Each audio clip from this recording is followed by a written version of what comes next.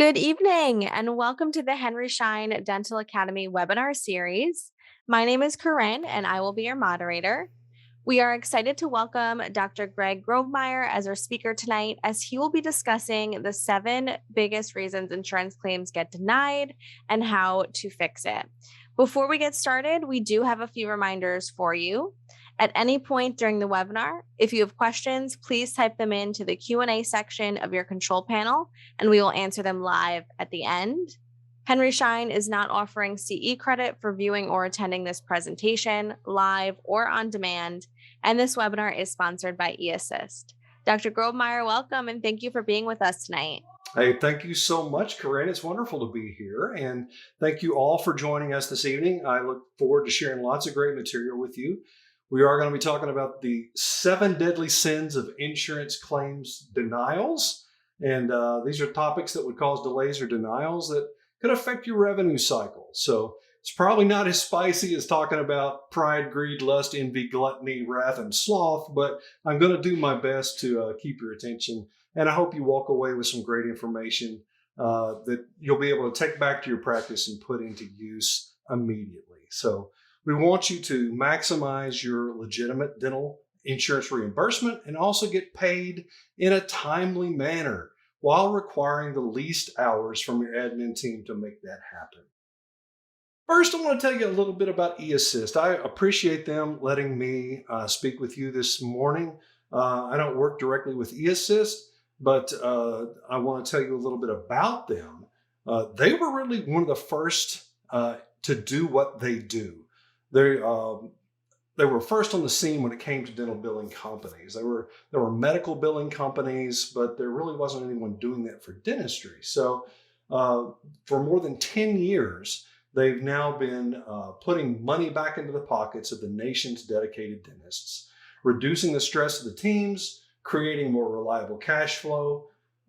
Their platform is comprised of dental billing specialists serving over 2,300 dental offices and DSOs. To date, they have collected more than $8 billion from insurance companies for dentists. And so that's pretty amazing to me. Here are just some of the amazing awards and recognitions that eAssist has received over the years.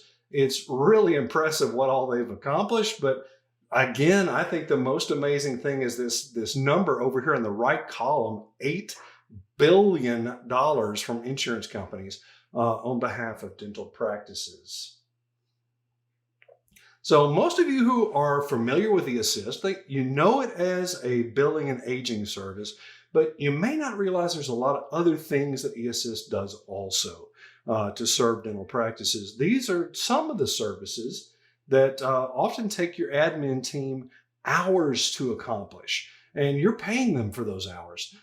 Outsourcing these services can free up their time and opportunity to work on processes that are best done within the practice itself. So again, eAssist's original focus was dental billing and aging, insurance filing.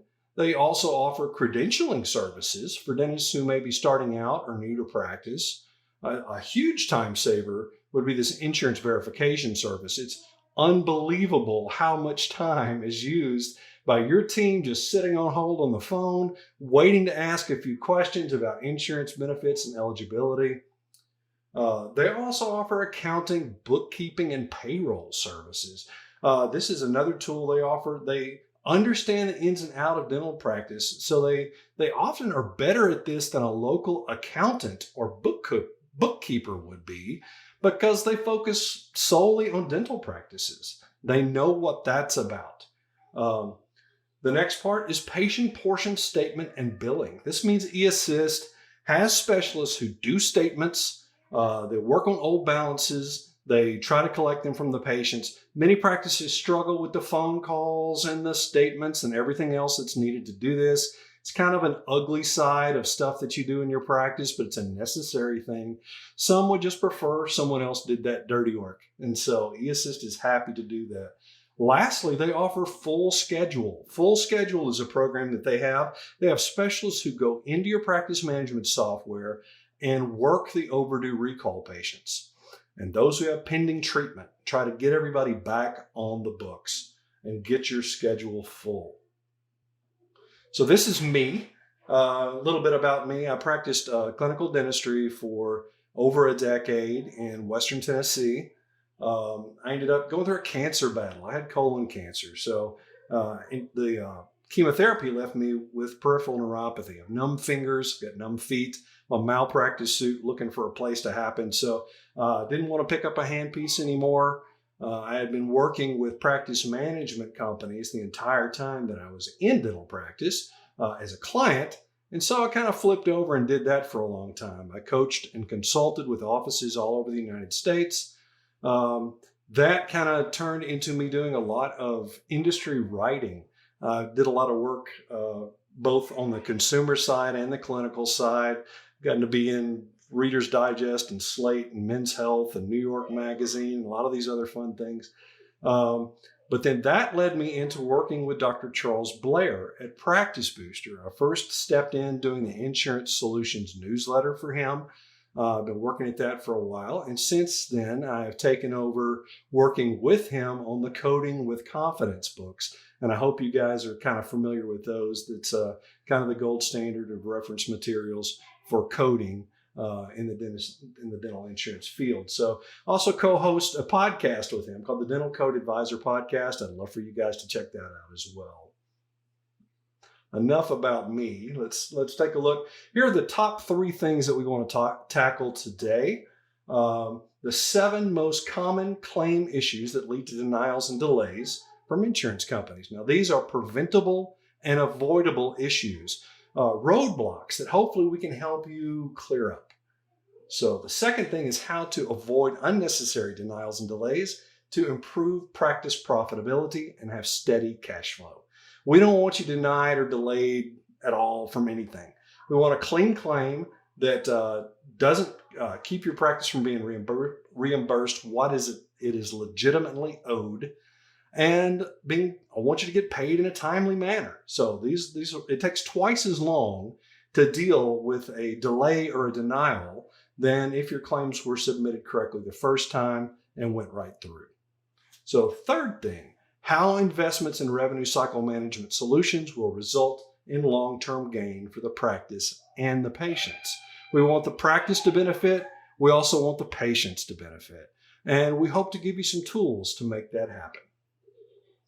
So we've got a poll, and Corinne, if you would help me out with this, does your office utilize a billing and coding resource? Now, when I say this, I mean a 2022 updated coding or billing resource, a current one, not a coding resource that's 2 or 3 years old or more. I've gone into some practices that have coding books that are 5, 6, 7 years old. So much has changed by then, it's not even really valid anymore. So if you've got a 2022 coding resource that you guys use, whether it be a online version or a actual physical reference book, pop it up there in the poll. Corinne, how's that looking? The numbers are, yeah, they're changing every second. But right now it looks like about 47% of the audience says yes consistently. 16% says when we remember, and 38% said no. Okay. So it's kind of about half of you are doing it consistently is what I'm hearing. And so that's good. That's good. But let's talk a little bit about that, because that's point number 1, sin number 1, inadequate reference materials. Insurance codes change every single year, okay? There are new codes, there's deleted codes, there's revised codes every year. This year alone, we had 46 changes to the CDT, 46. Last year, we had 61 changes. This coming year, we're on track to have about 45 again. So think about that. If you just go 1 year, 2 years, 3 years without having an updated resource, how far off are you from having a current manual with all those changes. So you see how quickly you can get behind. And you don't need to just know the codes. You also need to know how to administer them, how to use them effectively. What are the strategies for coding that will get you the maximum reimbursement? That's what these resources can do. So I see office managers and admins posting on Facebook groups all the time, trying to figure out how to code certain procedures or handle insurance issues, waiting on replies. And then a lot of times the answers they're getting are not even correct. I don't chime in all the time, but I see a lot of stuff, honestly, it hurts my heart to look at because they're not getting the correct information. And so if we know anything, it's that you can't always trust everybody random on the internet, okay? If they had some proper reference materials, if they had a tool that had vetted answers in it, they would know what to do and when to do it. And so if they don't know the answer, they'd have an easy and reliable vetted resource to go to answer their questions. So why are these reference materials important? I told you a little bit about it, but again, if you're using a coding resource from 2, 3, 4 years ago, you may be creating situations where claims are returned or outright denied. So why is this? Procedures change, technology changes, techniques change. So the CDT has to evolve as well. Every year it's updated to incorporate these changes that are happening in the dental field. That's why the ADA created the Code Maintenance Committee, or the CMC. It's to revise and update the CDT every year. The CMC consists of 24 voting members. It's chaired by one of the 5 American Dental Association committee members. And there's also one voting representative from each of the 12 dental specialty organizations. There's one representative from the Academy of General Dentistry, the American Dental Education Association, Centers for Medicare and Medicaid are there, the National Association of Dental Plans, America's Health Insurance Plans, Blue Cross Blue Shield has a vote, Delta Dental has a vote. So you've got both dentists and dental insurance industry people that all have representatives voting on these updates to the coding set. So they meet in Chicago every March and they review proposed changes to the CDT. And where do those proposed changes come from? They come from viewers like you. Any of you code geeks out there that feel like there's something missing from the CDT, or something is outdated, or something needs to be clarified, you can actually go to the ADA website. And if you search for Code Maintenance Committee, you'll find the form, but you can submit a proposed change. And so as long as you get that done by November the 1st, they're going to be talking about it the following March at the CMC meeting. So I just participated in that. So I've got a kind of a fair idea of what's coming up for this coming year. So similarly in medicine, there are ICD codes. Those are the International Classification of Diseases. There are also CPT codes, which are current procedural terminology codes. That's what you use for medical filing. Now, ICD-10 codes are what we're probably most used to. These are diagnostic codes. They're not procedural codes like the CDT is. But ICD-11 has just been released by the World Health Organization. It went into effect January 1 of this year, but it's not being implemented in the United States as of yet. We're not exactly sure when that's going to occur, but slowly over time, it will be implemented. So as for updated resources, that's the next thing. So the ADA has 2 publications that they put out themselves. One is just the current dental terminology book. It is basically a list of the current codes. Just the code, the nomenclature, the descriptor, not much other information in there, but just the list. So the other book that they put out is called the Coding Companion. Now that's a really good publication. Coding Companion is about 170 pages long. It's full of questions and answers that kind of give clarification to how to use the codes, especially the updates to the codes. So that book is worth having. And of course, we greatly suggest Practice Booster's annually updated Coding with Confidence books. I'm a little partial to that one now. Now granted, I'm biased, but it has over 500 pages of information. It's got the codes, it's got explanations, do's and don'ts, things you need to watch out for. It has narrative examples. It's got coding for specific products and procedures, which the ADA can't do. They cannot include that in their books. They have to stay neutral. So it's got much more in there. So it's the most comprehensive coding reference material on the market. Dr. Charles Blair has been updating this for a couple of decades. He's the GOAT when it comes to coding over the years. He's still the man. Practice Booster also offers online subscription. That includes their digital code advisor database. You can actually type in and look up all about the codes, when to use it, a lot of the same information that's in the book itself. But you also get forms, documents. There's some other books for sale on there. We have an administration book, Administration with Confidence, a medical dental cross-coding book. There's the Insurance Solutions newsletter, the podcast, and a call center. You have availability to a call center. If you've got a problem with coding, you want to know some answer to your question, you can email, you can give us a phone call. Within about 48 hours, we're going to have an answer to you and make sure that you're doing things the best way. So, pro tip, investing in current, complete, and accurate billing reference materials each year will improve claim reimbursement, treatment planning, and more. So you need to keep your whole team trained up on this, and you need those reference materials to be able to do so. So that brings us to point number 2, deadly sin. So following COVID, dentistry, like many fields, we're facing a staffing shortage, especially when it comes to trained individuals. We often hire team members who have very little experience, and then we don't adequately train the person for the job. We may be training the person for a week or two. It's the person that they're replacing that's training them. And then we expect them to perform the job perfectly. That's not a realistic expectation, honestly. So the claim form that you send in, an untrained person up there can really put you in a position to get in trouble, because that claim form is a legal document.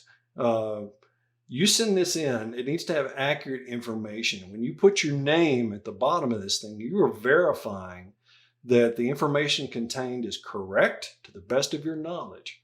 If the admin team is untrained or does not have accurate resources or accurate information coming from the clinical side to know what they are doing, then it's the doctor that ultimately can face monetary or legal consequences.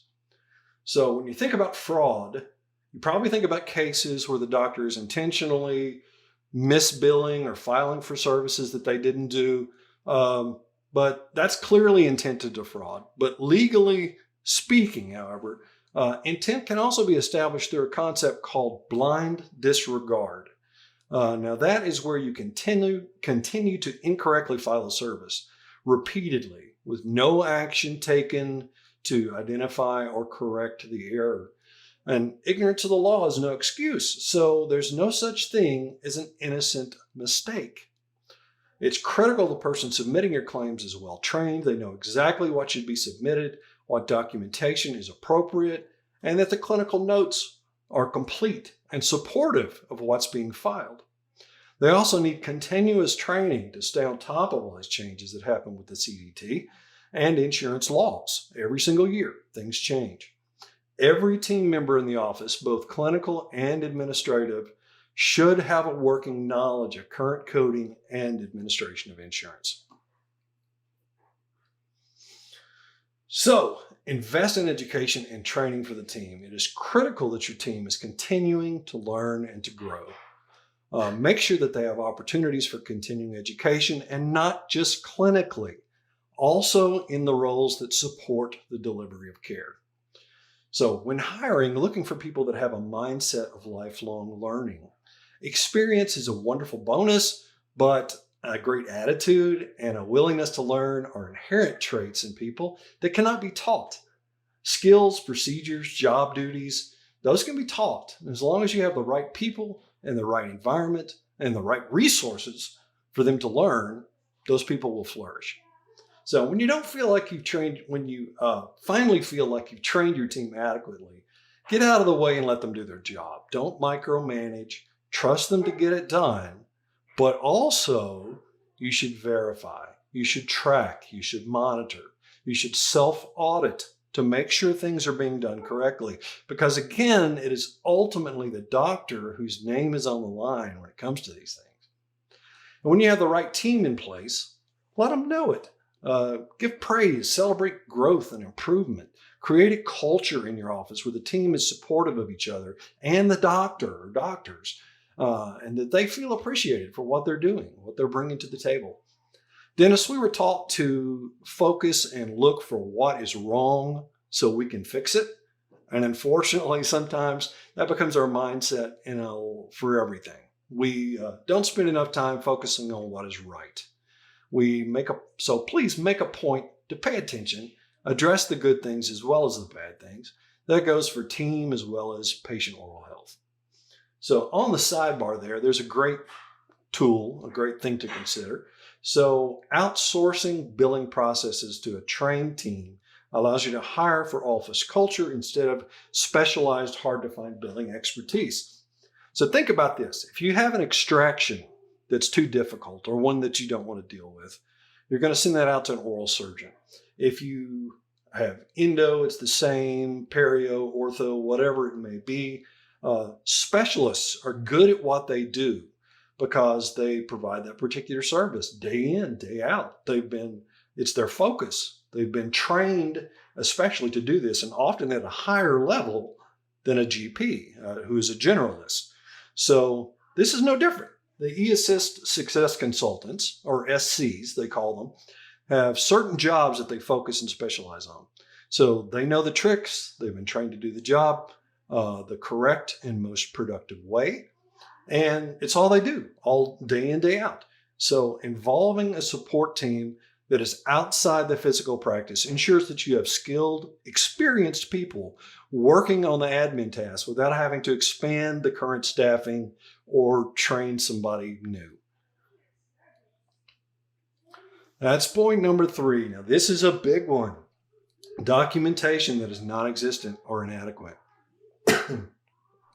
At one time, you could just write in a paper chart and say, crown, tooth number 3, shade A2. You could get away with that. No longer. Documentation is a legal document. It can be your biggest asset in supporting treatment performed. It can also be your biggest liability if done inadequately. So everybody needs to think about all the different eyes that see this information. It's not just you guys. The treating doctor, of course, is the primary set of eyes on the chart. They need to see it to provide continuity of care. They need to know what was done last time, what needs to be done next time, health history, other pertinent information. The chart both documents what's going on, and it's also the means of communicating to others that are involved in the delivery of care. Again, ultimately, the doctor is morally and legally responsible for what's in the chart. But the clinical team is also looking at the chart.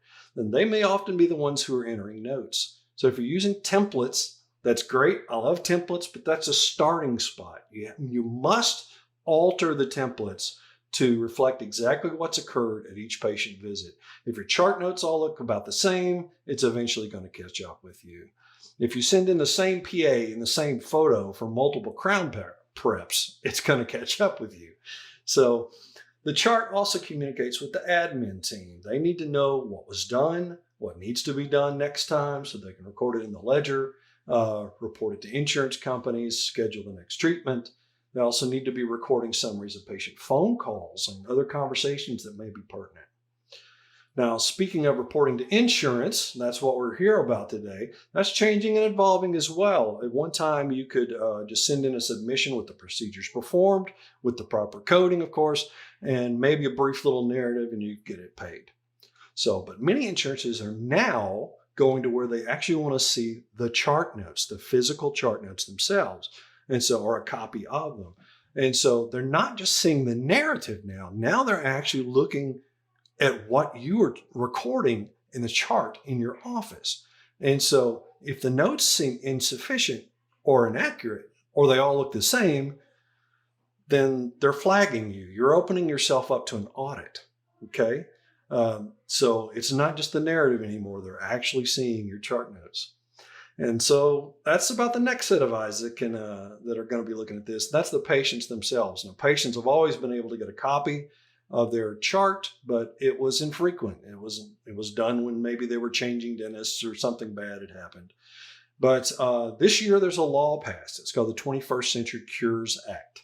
One part of this is called open notes, and you need to be aware of that. Open notes says that they need unrestrained access to their records. And so if they come and they request them, you need to be able to give them to them immediately. And it also means that practice management systems are going, much like medical has, they're going to where they have patient portals, okay? So this means now, instead of having to go out of the way and get a physical copy of some chart note, now the patient's going to be laying at bed at 3 o'clock in the morning and they're just bored and curious and going to start flipping through and looking to see what you did, what you wrote, what their ledger looks like, what the chart notes are. A lot more eyes, a lot more scrutiny is going to be on these chart notes. And so that can also lead to attorneys, juries, state board peer review, things like this. When all these eyes are looking at things on a regular basis, if your chart notes are not up to snuff, well, other people may get involved that you don't want to get involved. So if the practice is audited, if you're summoned for peer review, again, your chart, if done well, is absolutely the best thing that you've got going for you. If it's done poorly, it's your biggest liability. So SOAP notes. To ensure complete records and subsequently clean claims, we advise you to structure your clinical notes using a SOAP format. SOAP keeps you clean. So here's what that stands for. I think most of you are probably familiar, but the S for SOAP is subjective. That's anything the patient tells you. That's their chief complaint. So what they're complaining about when they come in, it's the history of that complaint, how long has it been going on, the pain, the severity, the location, the symptoms that they've been having, anything the patient tells you, that goes in the subjective parts of the notes.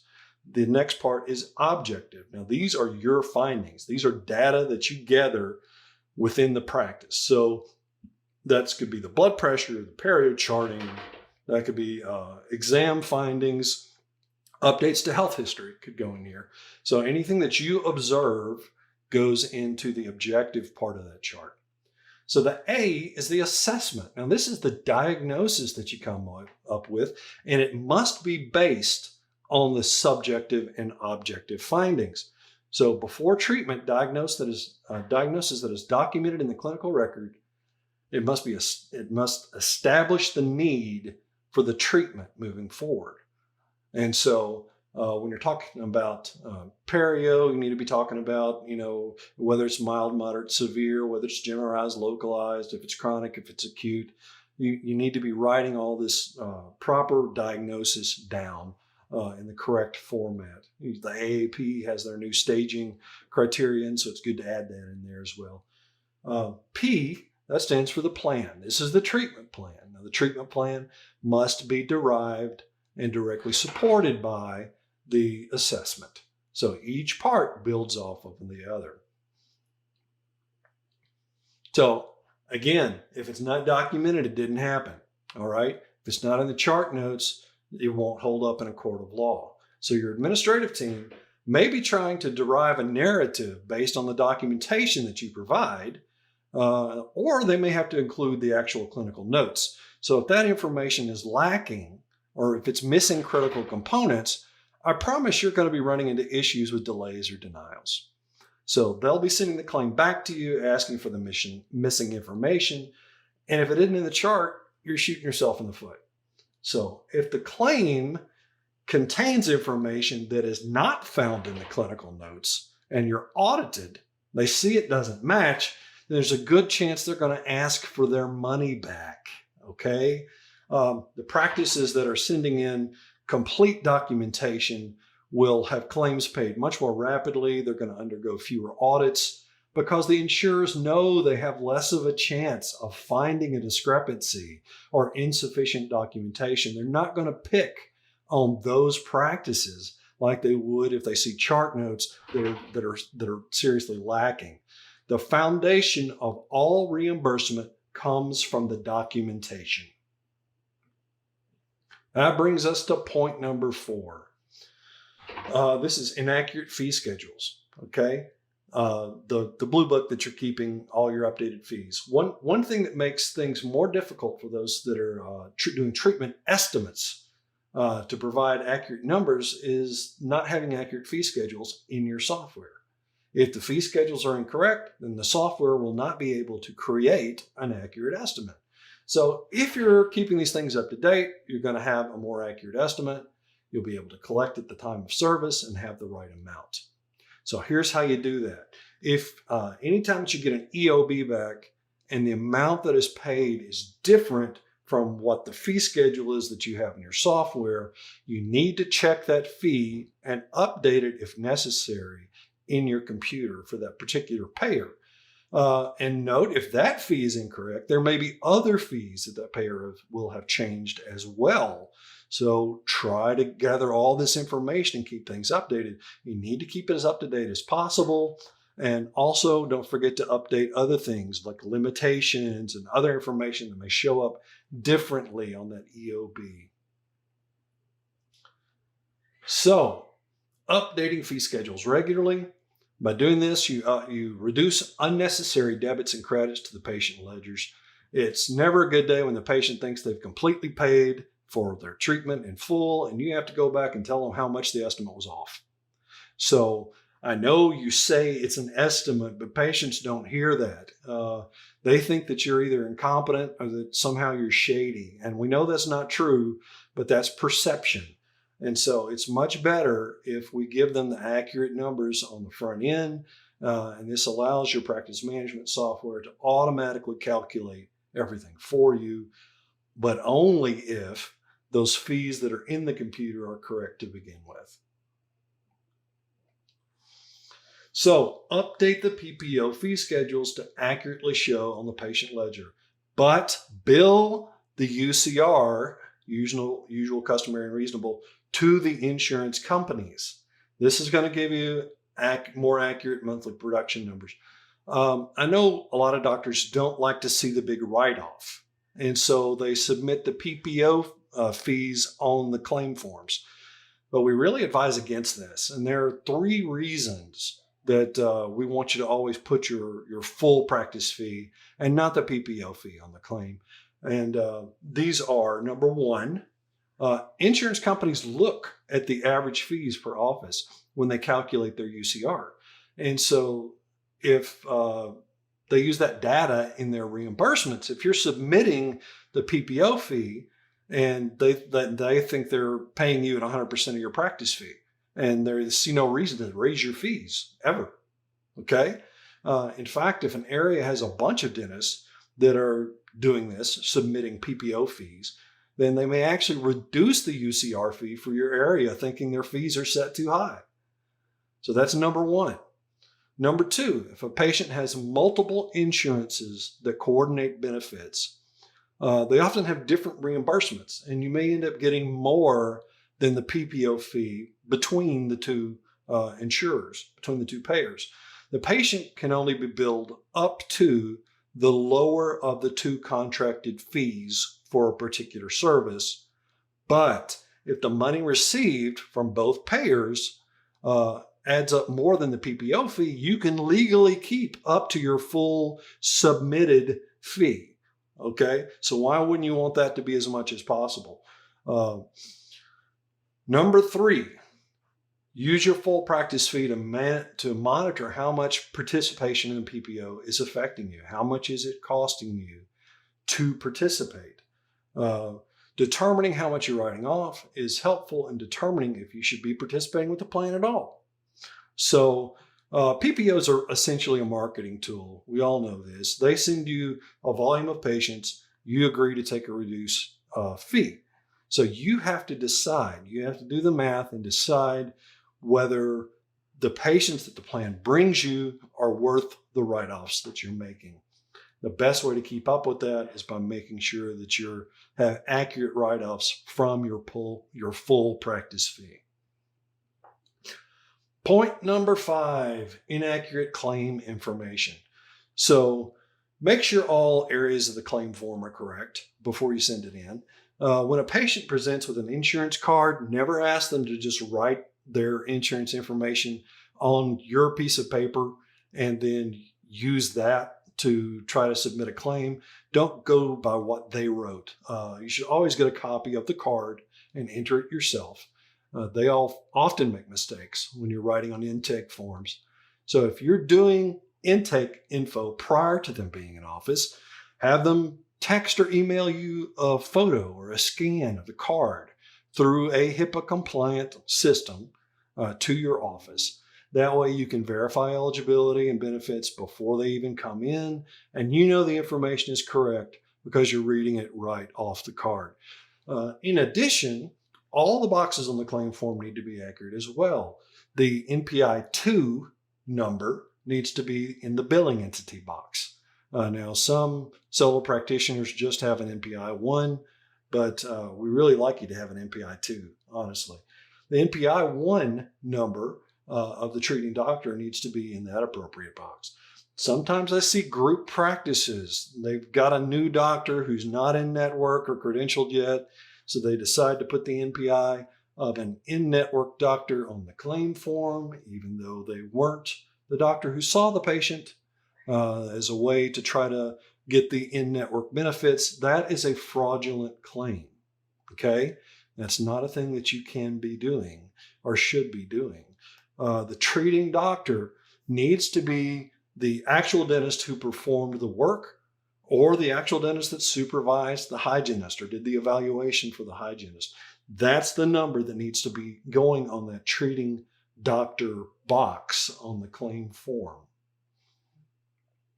So why is accurate information important? So this is about the top cause of insurance claim denials, having inaccurate information on the submission form. So make sure the birthdays are correct, make sure the claimant information is correct, make sure the primary and secondary is correct. There's a lot of rules to that. And so, look in the resources to make sure you're determining the primary and secondary correctly.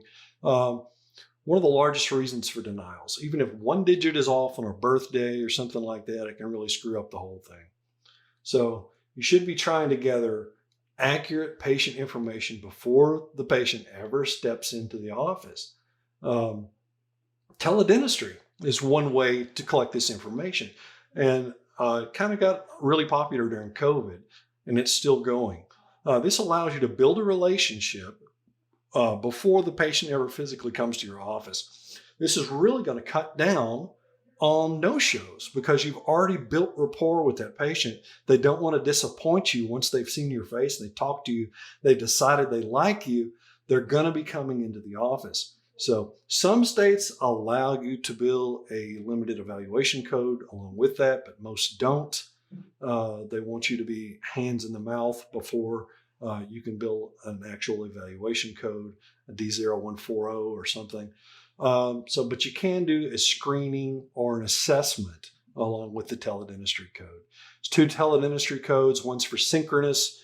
That means when you're actually live over Zoom, like we're talking right now. The other is asynchronous, and that's when it's texting back and forth, or a web form where they're uploading photos or they're uploading text. That's asynchronous teledentistry. So both of those things are codes you can use to build rapport and gain little collections along the way.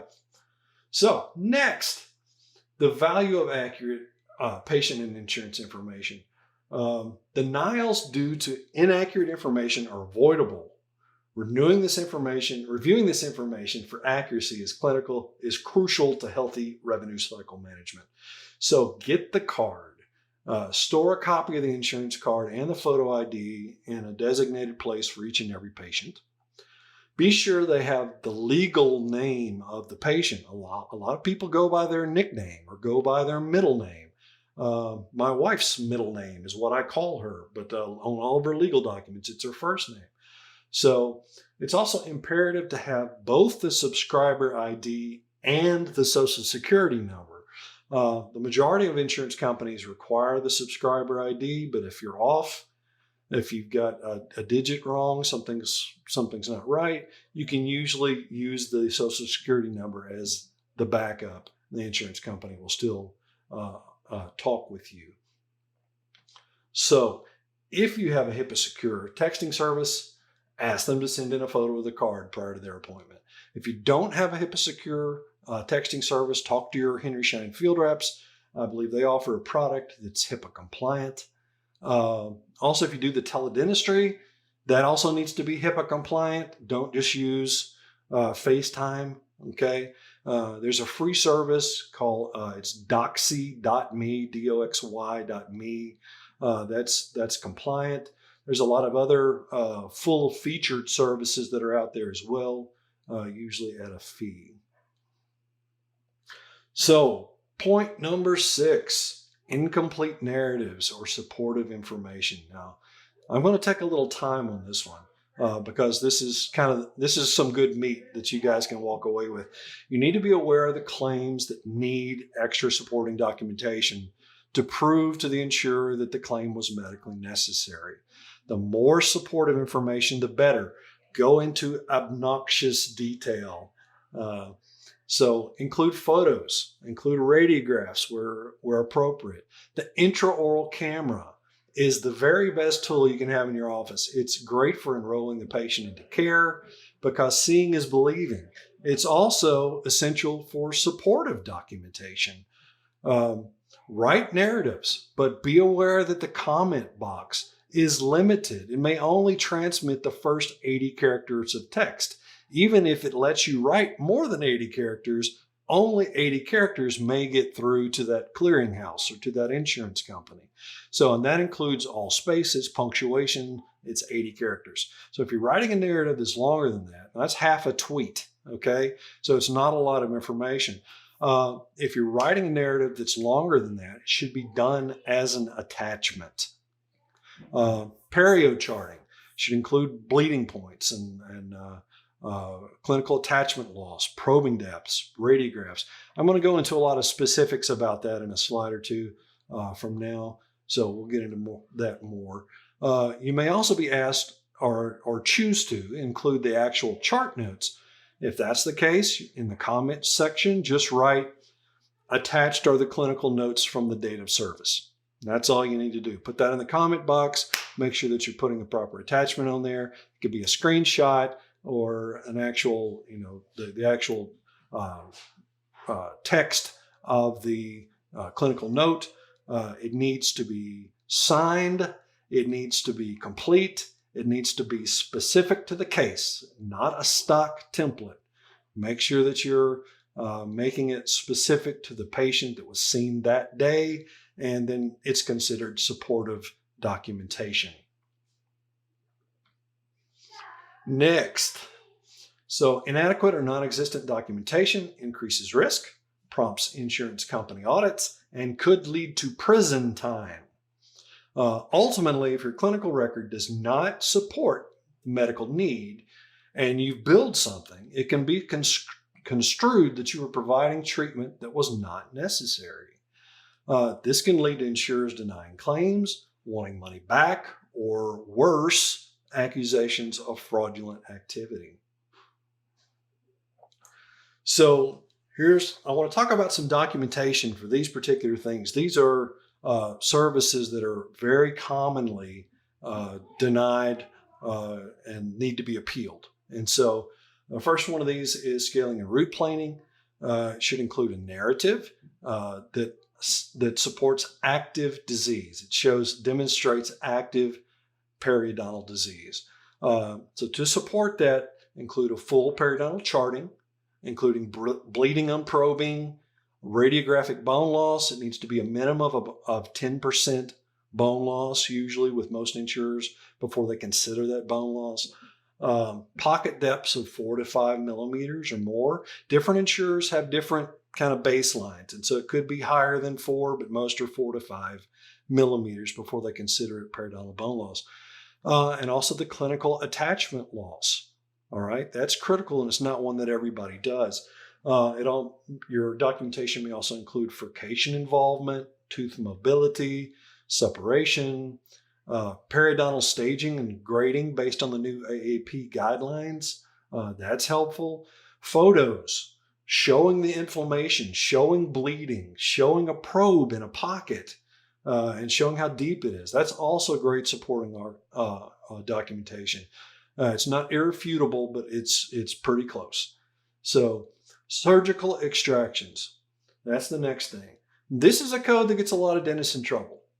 A true 7210 surgical extraction must include the removal of bone or the sectioning of the tooth.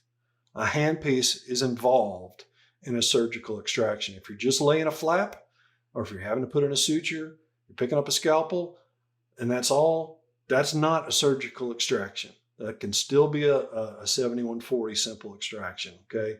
For a 7210, you need to remove bone or section the tooth, okay? It even says so in the descriptor on the code.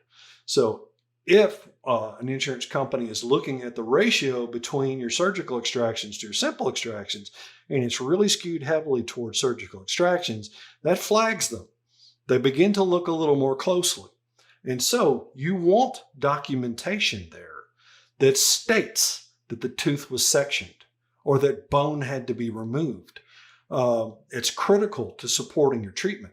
Having a photo of that tooth laying in 3 pieces that was sectioned, and you take a photo of it on the tray table there, that's great too. Anything like that can be supportive of the fact that you did a surgical extraction and not just pulled a tooth and had to lay a flap, okay? And just because you're an oral surgeon doesn't mean that every extraction that you do is a surgical extraction. It's not, okay? Moving on, core buildups, the 2950. Core buildups are one of the things that we see most commonly denied. So I'm going to give you a lot of info on this. 2/3 of denials are never appealed. Insurers know this. 2/3 are never questioned. You never go back. And so it's become almost common practice for some insurers to automatically deny a 2950, automatically reject it. Even if all documentation's in place, that first time they're going to deny it. Okay, so don't think you did something wrong or didn't include something or something's bad and just roll over and take it. I want you to appeal it. Always appeal core buildups, unless there are cases where some plans consider the buildup to be part of the crown procedure. If that's in the plan document, it says that the core buildup is part of the crown procedure. It's inclusive. You're not getting around that. There's nothing you can do to get paid for that. So there are those that do it, but otherwise, supporting clinical notes and an appeal is going to get you far. So these clinical notes and narratives should include certain magic words. The magic language that we're looking for is that the buildup is necessary for the retention of the crown. Okay, retention is the magic word. That's the word they're looking for. Make sure it's in your narrative or in your chart note, okay? The narrative should also identify the actual percentage of the missing tooth structure after full preparation. So it should say something like 60% of the tooth was missing after preparation. Some payers require that a minimum of 50% or more of the tooth be missing before they're going to reimburse that. So just be aware. List any missing cusps. It's also great to take some photos. Intraoral photos here on buildups are worth their weight in gold. Take a photo before caries removal. Take a photo after caries removal, so you just see the big shell of a tooth that's left there. And then take another photo after the buildup is complete. It's hard to argue when you're just talking about this little piece of tooth that's left, okay? If a tooth is endodontically treated, you should also state the endo treatment date and the prognosis, endodontic prognosis of the tooth. Same with perio prognosis of the tooth. You can state that. A PA should also be included that shows the apex so that they can see that there's not a lesion at the end of that tooth. Lastly, buildups are often not paid until the crown is seated. That's the incurred liability date for most plans. And so if they deny it the first time, just make sure that you're going back with a seat date, and most of the time they're going to pay. So last one of these, cracked teeth. Kind of hard to get that through sometimes because it doesn't show on a radiograph. It's hard to see a lot of times on photos even. So include the diagnosis method that you came up with. So say something like tooth sleuth showed pain to biting on mesiofacial cusp. Okay, put something like that in your chart notes, and then that can be transferred into the narrative if you do a separate narrative. Also include any intraoral camera photos that you got. If you prep the thing and you can clearly see on the floor of your prep a crack, absolutely take a photo of that. Make sure that that is submitted as well as supporting documentation for the cracked tooth. So pro tip, sending clean claims daily with all necessary supporting documentation ensures timely reimbursement and steady cash flow for your practice. So another poll. Corinne, need your help? How often do you follow up on outstanding insurance claims? Okay, so we got some choices here: daily, weekly, monthly, whenever there is time, which is hardly ever. And I hope that's not the one you pick. But I'm going to give you a minute to do that and lock in your answers. Phone a friend if necessary. Ultimately, I'll give you a minute. Are we getting some answers coming in? Yep, we certainly are. What seems to be the right now the pick? Majority, it's between weekly and monthly. We have 39% saying weekly, 34% monthly, and we also do have 7% of people say whenever there is time, which is hardly ever. Okay. All right. Well, let me tell you a little bit this. Ultimately, following up at least every 2 weeks. That's ideal. 14 days. And kind of ensures things are going to be moving along. It's a matter of squeaky wheel gets the grease, okay? Insurers are going to pay attention to if you are a practice that stays on top of these things, or if they've got more leeway to prolonging processing. If you show yourself to being one of those practices, they're going to take it. They're going to take that opportunity. So be on top of it. Okay, be on top of it, and that's going to minimize the delays in processing. If you think there's an opportunity to appeal a claim, please do so. Don't just accept it and go on. Again, 2/3 of denials go without appeal, which is crazy. Payers like it when you don't appeal, okay? And they don't, but very often if you appeal and you demonstrate the necessity, they're going to pay the claim. So don't roll over and take it. Fight back. All right, that is our last deadly sin for the evening.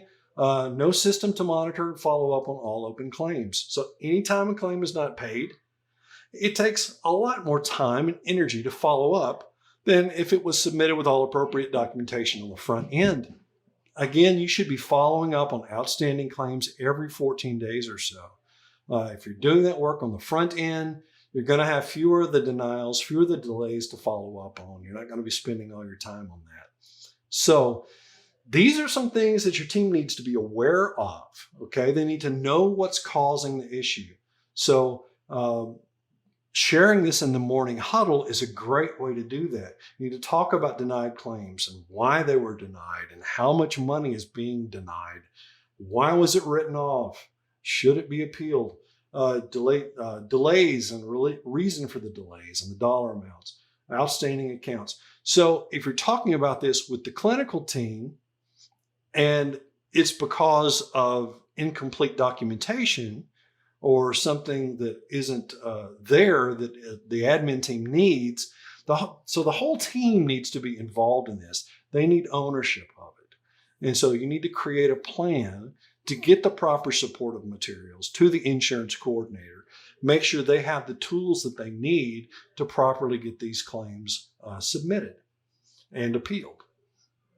So at the time, also, when this becomes an infrequent event, you get the problem solved, I really encourage you that that's an opportunity to celebrate. It's a difficult job.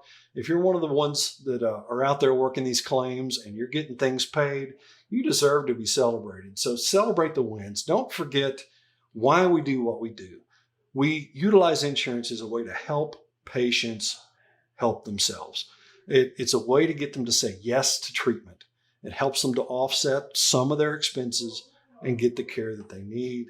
And we want to support them in that process.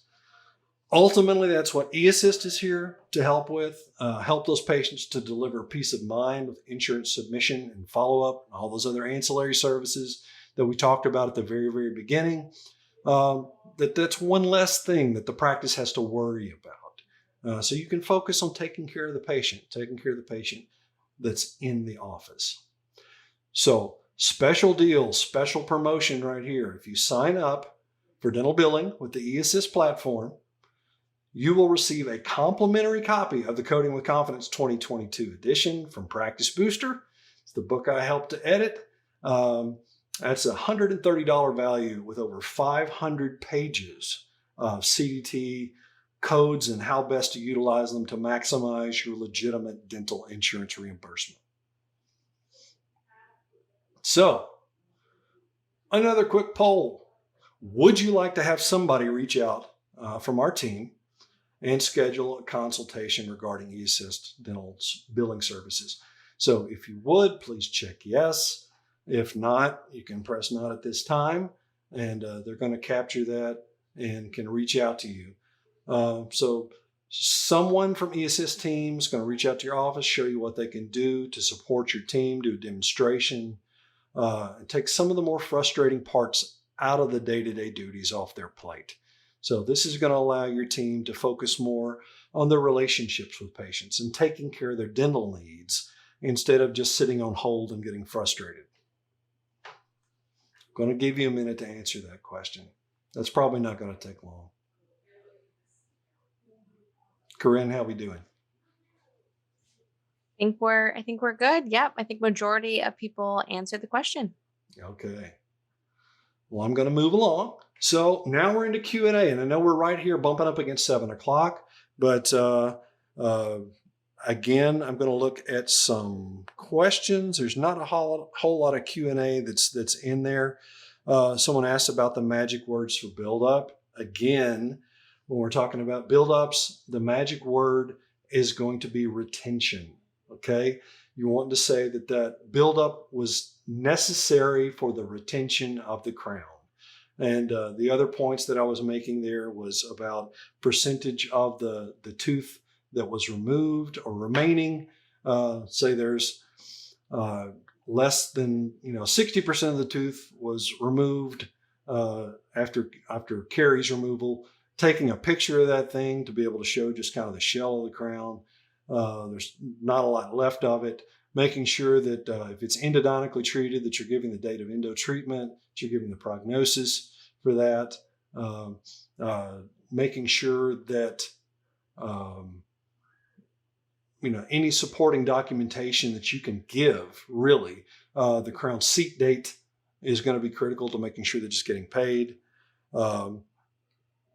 So that's pretty much that. And all this is written in these supporting books, in the both on the online Code Advisor and in the Coding with Confidence book. If you look up 2950 and you're reading about it, literally pages. If it's a simple code and there's not a lot to it, it's kind of short. There's not a lot going on there. But if it's one of these more complex codes, something gets denied frequently, something that has a certain strategy that we encourage you to use, or particular words that we want you to use in a narrative, we're going to have more and more documentation or more pages of information on that particular code. So if you open that book and you see 3 pages about code whatever, read it, because it's a complicated code. There's something that you probably learned from that.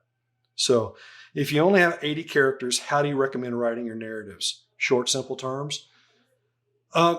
Yes, you can, if you're able to keep things that short, that's great. But really, if you can use an attachment, that's better. And just say, please see attached documentation. Or if you're putting the entire chart note on there, you can say, please see the attached chart notes from the date of service. And then make sure that is attached with your claim. It goes through the clearinghouse. They're going to see that then. If there's something in the comment box, then it's not auto adjudicated. Which that means kind of looked at by a robot. They scan these things, and if there's nothing in the comment box, it's electronically processed. There's not even human eyes that look at that claim. If there is something in the comment box, usually that's going to trigger that it's going to go to somebody human to take a peek at that and look. And then they are looking at, they're looking for those magic words, those keywords, certain particular things. And so you're wanting to make sure that if you're spilling over that 80 characters, you need to be doing it as an attachment. So can you recommend an up-to-date code book? Well, again, absolutely. The Coding with Confidence by Dr. Charles Blair with Practice Booster. If you talk to your Henry Schein rep, they will hook you up with this. We've got a great deal going on it. And again, one of those is included if you're signing up for eAssist and their dental billing. Every single year we go through and rework this book. We add in the new codes, we take out the deleted codes, we mark everything, all the changes that were made. So that is updated. I also like the ADA's coding companion. It's not nearly as comprehensive, but it is the gold standard. The ADA is the one that creates the codes. They're the ones that interpret the codes.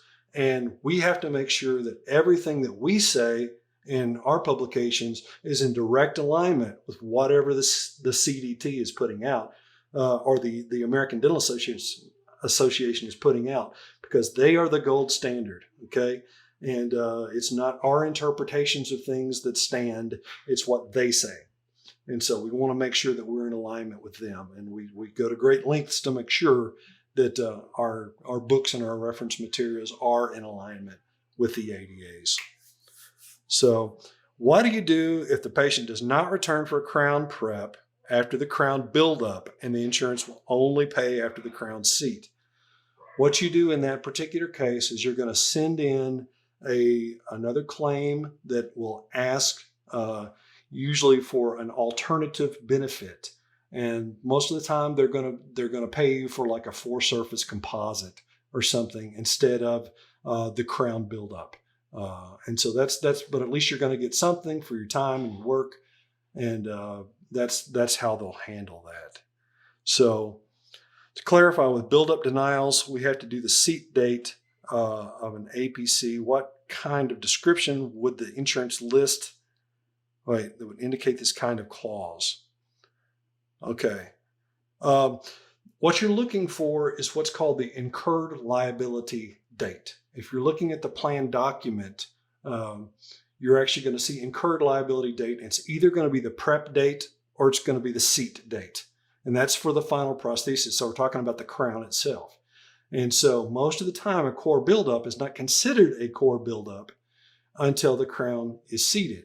And kind of like that last question I just answered, up until that point, they may even go ahead and send you something back that's because you haven't sent in the crown seat date, and they're going to deny it, or they may downgrade it to a composite, which they will change when you finally offer the crown seat date. And then, so appeal it, send it back, make sure you put in the crown seat date, and they should pay that as the crown buildup.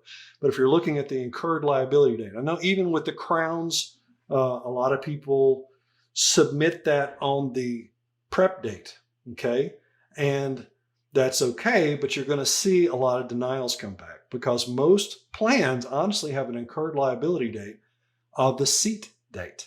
That's when they have skin in the game. That's when they become financially responsible for paying for the crown. And so That goes true with almost any appliance, dentures, partials. You can bill these things out on the impression date or the prep date. And that's fine. Collect the patient portion. Go ahead and bill those things out. Have it on the ledger, but you may not want to submit it to insurance until you have a seat date.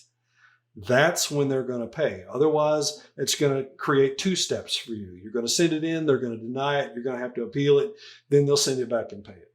And so you can save yourself a step if you just actually hold that until the seat date. That's usually the incurred liability date. So if a patient has dual coverage with the primary insurance being a commercial plan from their employer, like a Delta PPO, and secondary plan being a government subsidized plan like United Healthcare, can the patient be charged Delta PPO primary copays? We all know patients with secondary Medicare plans cannot be charged primary commercial plan copays. This is true for government subsidized plans. When I try to dig through that, that's a lot of information. And honestly, given the time, let me look at this and check with those particular plans. Normally, you always have to pay your copays, regardless. And so that's a lot to dig through. I'm gonna, if you would, please send me your contact information to greg@practicebooster.com. And I'll be happy to look up the particular plans and make sure that I've got the right answer for you. That's long enough. It's going to be confusing for me. Let me see. A patient has dual HMO, one with wife's employer and one with husband employer, different insurance. Now, I'm not sure what the question is there, but if you're talking about who's primary, who's secondary, it's usually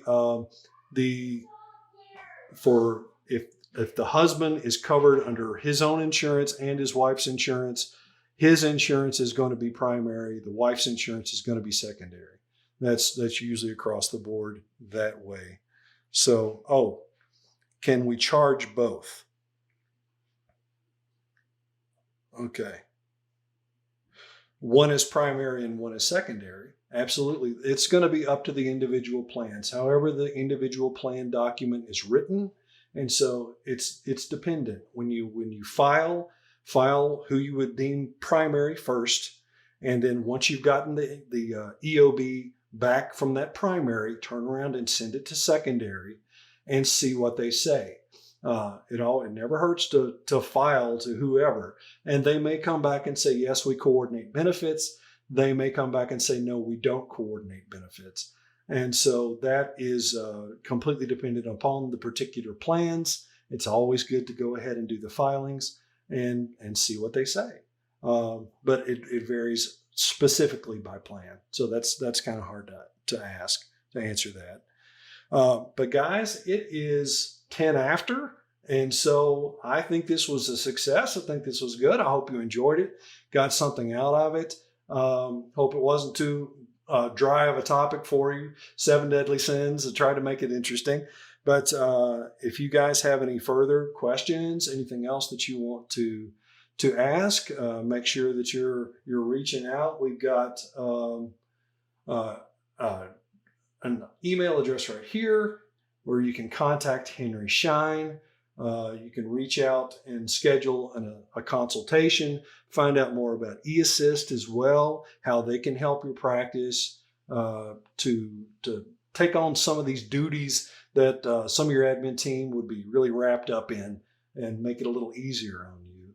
And so lastly, visit henryscheindental.com/webinars. You can find more webinars like this one and learn something. So I appreciate you guys' time today. And Corinne, I'll let you wrap it up from here. Thank you so much, Dr. Grobmyer. This was such a great presentation and great questions. So thank you to everyone who engaged with us tonight. And thank you to eAssist for sponsoring this webinar. As a thank you for attending, everyone will receive the recording via email in the next week. Thank you all for joining us. We look forward to seeing you on future webinars. Thanks again, Dr. Grobmyer. Thank you so much. I greatly appreciate you allowing me to be here today. Have a great night. You too.